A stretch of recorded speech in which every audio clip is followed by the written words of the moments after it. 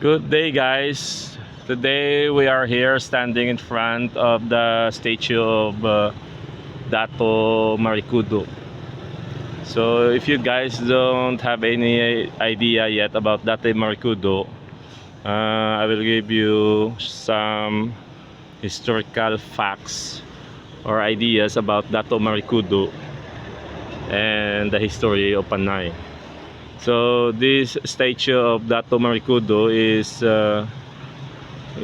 placed here in the town of Calinog, and this is a big statue, about more than 6 feet in height or 7 feet from its feet. So that's Dato Maricudo.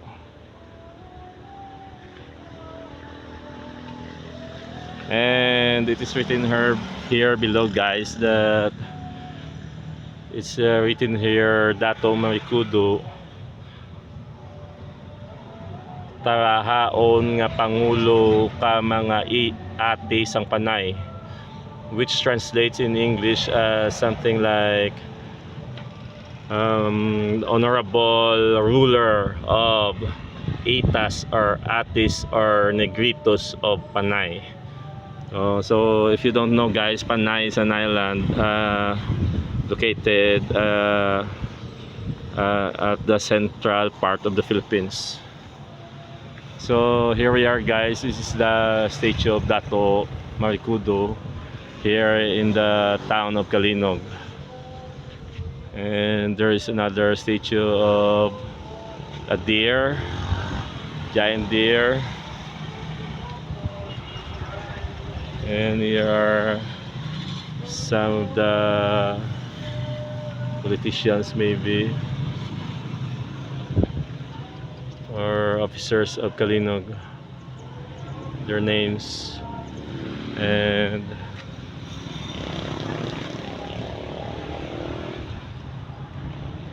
we have here municipal officials of Municipality of Calinog, Alex A. Centina. So Alex Centina was the mayor, and one of my uncle from Mindanao was one of his people during his term.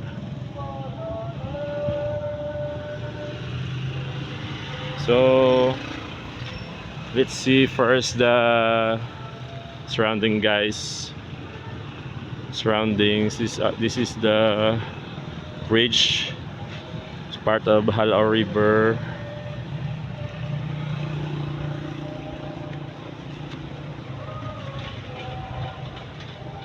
Here's the dike.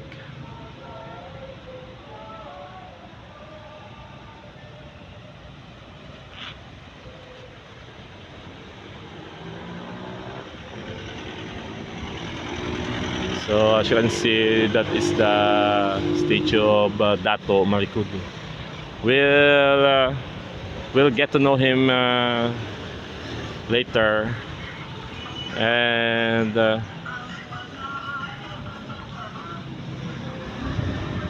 I'll tell you about the Datus, the 10 Datus that came here in the Philippines from Borneo, the Malayan Datus, and they sailed with their sailboat called Balangais, and they came here in Panay.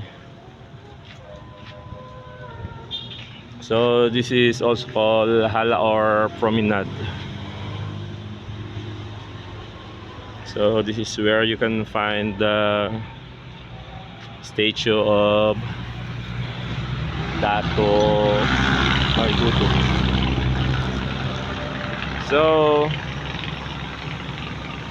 guys, if we would recall, Maricudo was not among those 10 Datos that came here from Borneo with their sailboat called Balangais, because Dato Maricudo was not a Malay, and he was an Ita, Ate or Negritos. They were the first to settle here in Panay, pioneers, and his father was the his father,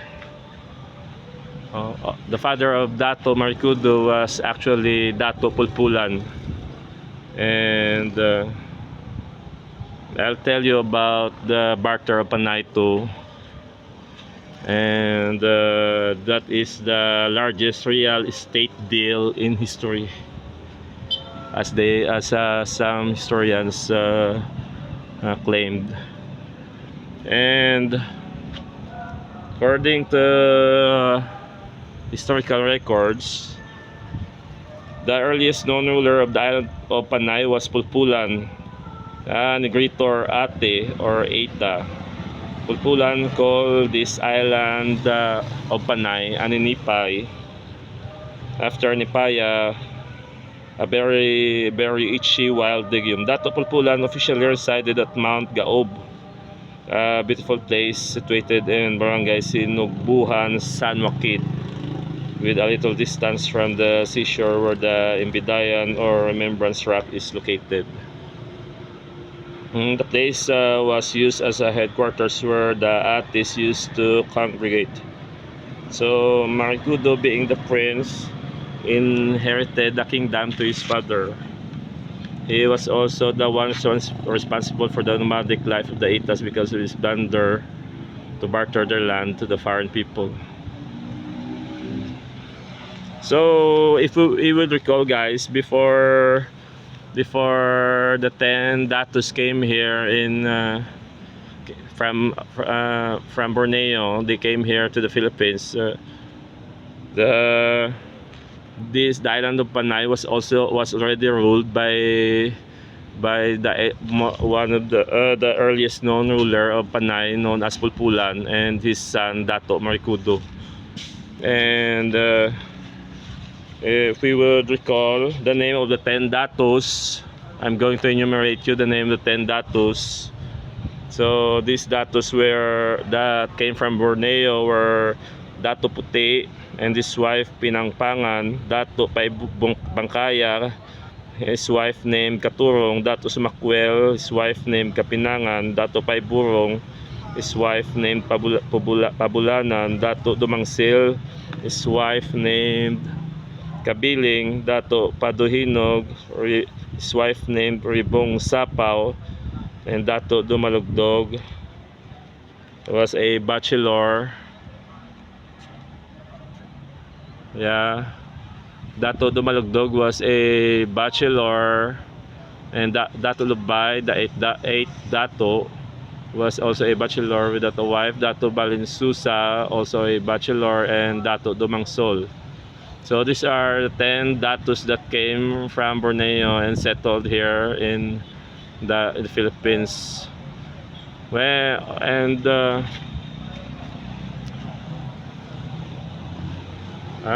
back to our story.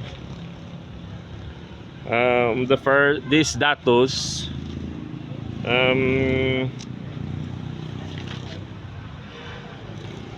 these 10 Datos during 13th century AD 1212, they came from Borneo was on the brink of political turmoil because of Sultan Makatunaw, the ruler of Sultanate of Butuan Borneo, who became cruel. His tyranny reached the point that was too unbearable for his subjects to carry.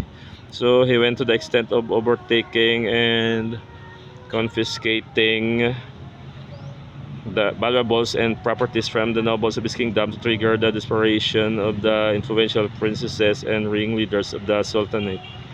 Aggrieved and angered, the 10 nobles or datos secretly sailed away from Borneo in their balangais or sailboats. It was one dark night, under the cover of darkness, the 10 Bornean datos, along with their families, warriors, and slaves, gathered everything needed in their risky and dangerous journey.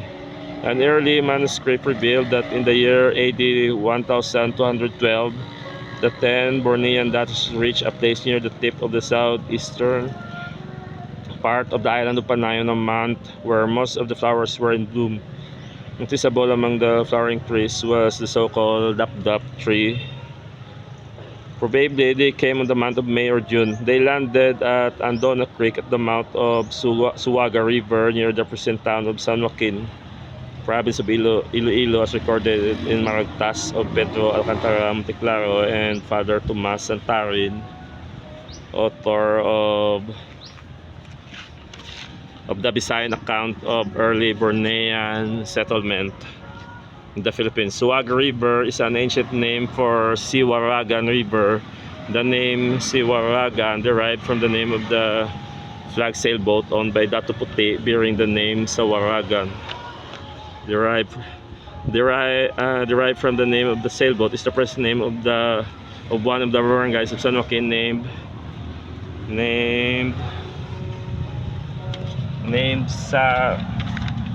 Siwaragan, including its rivers called Siwaragan River. Dato Puti, the chief of the 10, was the one who led an expedition to this island so they can live a peaceful life and to establish their own somewhat democratic government away from Dato Makatunaw. So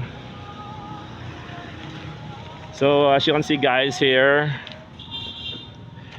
guys is the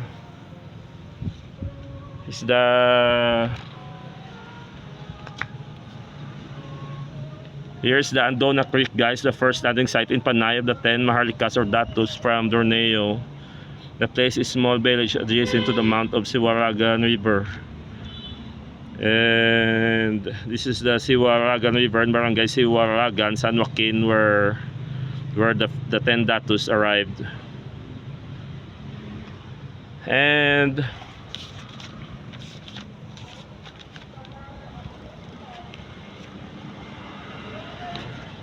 you know, guys,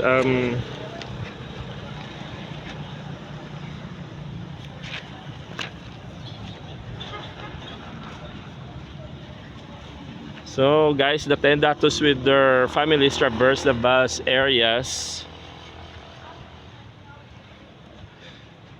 crisscrossing the rough waters until they reach their destination. By the way, the sailboats that were used to carry the 10 were called biniday or balangay. The term barangay is a Hispanized form of the Malayan word balangay, which means sailboat. The early Filipinos applied the name barangay to their settlement in honor of the sailboat that brought them to the Philippine shores. So according to the West Visayas Encyclopedia, Volume 1, page 2, defines barangay, a typical boat of the ancient Malays, which were sleek and fast. They used this during exodus from Borneo to Panay under Dato Puti. So some few miles away from Siwaragan River, where they landed, was the place called Sinubuhan, the location of the headquarters of Dato Marikudo, the chief of the aborigines of Panay, the Itas. So upon meeting the chief, now, if we would recall, Dato Marikudo was the son of Dato Pulpulan, the earliest known chief of Panay or ruler of Panay Island. Upon meeting the chief, Dato Puti quickly signified to Dato Marikudo his good intentions, that he had no bad motive like fighting the natives or any plan of subjugation. He just wanted to buy lands for Malay settlement. So the result of this negotiation was the famous barter of Panay.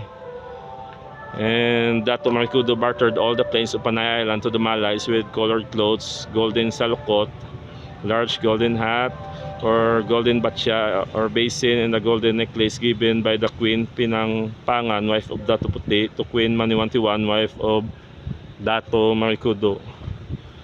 From then on to the present, the Itas generally settled in the mountains because of the tradition that the plains were sold by their ancestors to the strangers. A similar but universal story is popularly recorded in the book of Genesis in the Bible, that when Adam and Eve bartered their right to live forever for a handful of forbidden food, they became strangers in their own paradise kingdom, the Garden of Eden. What a blunder. So guys, we have here a drawing of the famous Bartol Panay, an art by Sir Pedro R. Bustamante. Oh, maybe the other one there was Dato Maricudo and these people, and the other one there was Dato Puti and these Malay people. And down here we have the Remembrance Rock or Imbidayan Rock located at the shores of Barangay Sinugbuan or San Joaquin, Iloilo, where the famous Bartol Panay in AD 1212 actually took place.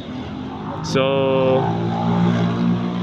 the first headquarters, actually Dato Maricudo, his headquarters was in Sinugbuan, San Joaquin. But you know, guys, it was believed that after the famous Bartol Panay, when Dato Maricudo bartered all these lands, plain of Panay, to the Dato Puti, Dato Maricudo settled in this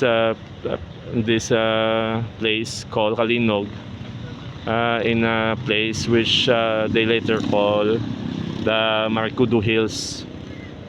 So that is the according to the history, that Maricudo Hills was the place where Dato Maricudo settled when after the famous Bartol Panay, and where he retired. And during these later years, that Maricudo Hills serves as the Golgotha here in the place of Kalinog, serves like Golgotha during Good Friday or Holy Week, and it is where they held the crucifixion of Christ during Good Friday.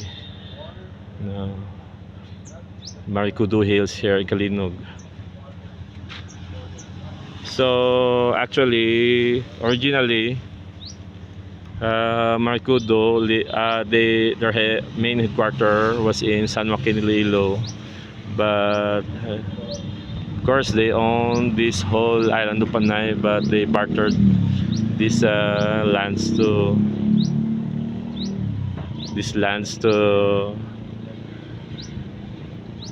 those datos from Borneo. So guys, here's another more informations. The amusing side of the story was that Dato Maricudo was already satisfied with the golden salukot given to him as payment for all the plains of Panay Island. However, his wife Queen Maniwan Tiwan was not agreeable to the barter, for she did not receive any item yet. So she forcefully objected unless her demands were heeded. So you know, guys, Maniwan Tiwan, she wanted to have a golden necklace that when worn would reach the ground. They call it manangyad or sumangyad. She saw Queen Pinangpangan, the wife of Dato Puti, wearing that one. So she demanded it, because she was blinded by those. Maniwan Tiwan was blinded by gold, gold jewelries from Malays, from Borneo. So Queen Pinangpangan also disagreed to such an extravagant demand. Much more that Maniwan Tiwan objected. So afraid that the negotiation would fail, Dato Puti advised his wife to just agree to the demand, lest Dato Maricudo would change his mind through the influence of his wife, Maniwan Tiwan.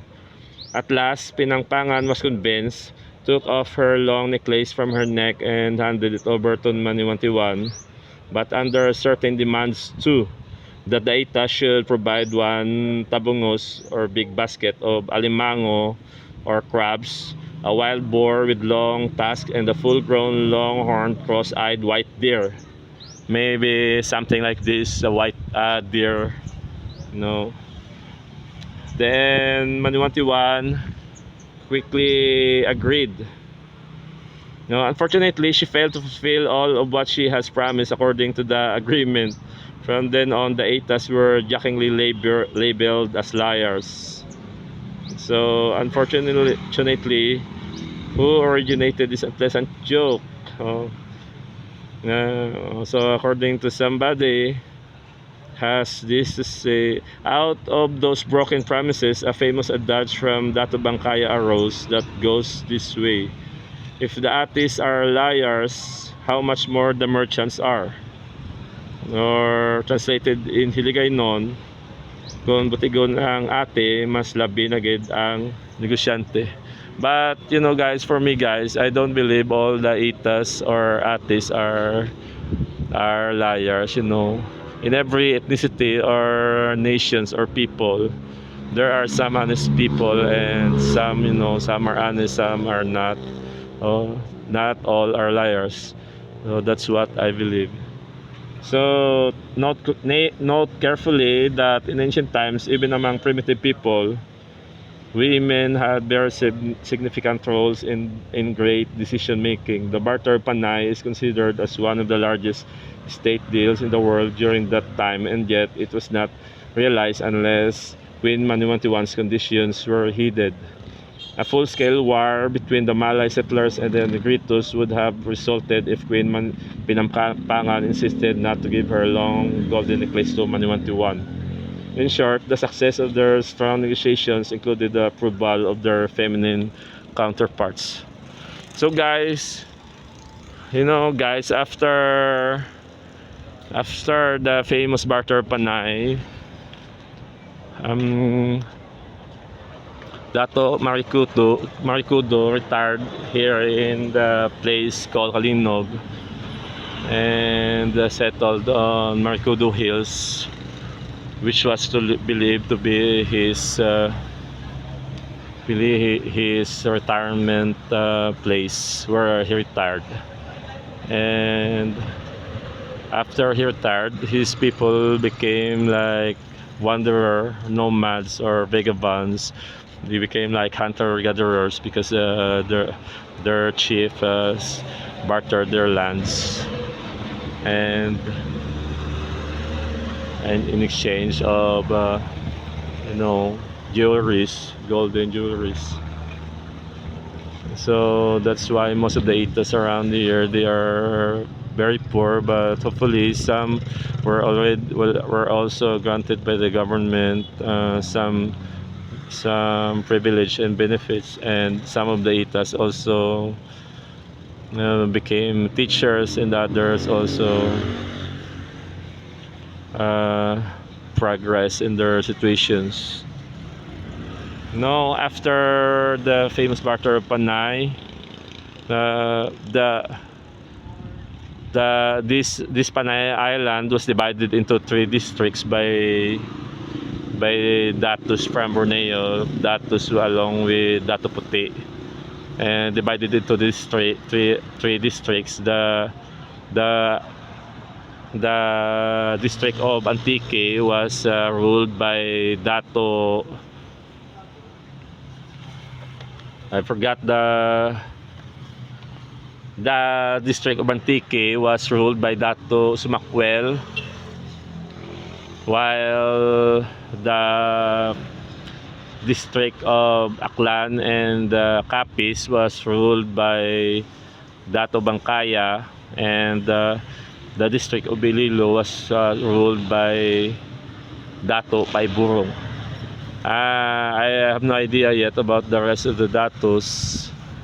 About the rest of the 10 datos, they settled from other parts of the Philippines, probably in Luzon and Mindanao.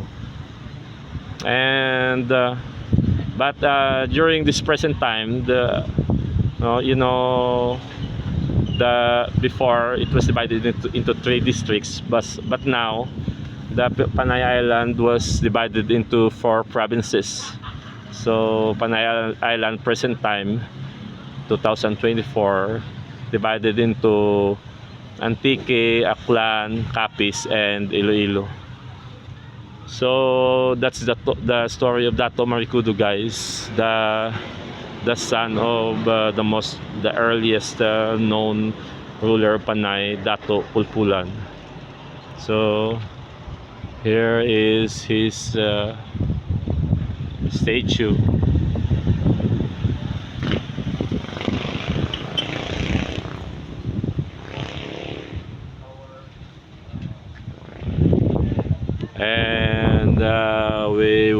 we will say it again. What's written here? Dato Marikudo, tahaon nga pangulo ka mga ati sang Panay. So it means in English, honorable ruler of Itas or Negritos of Panay.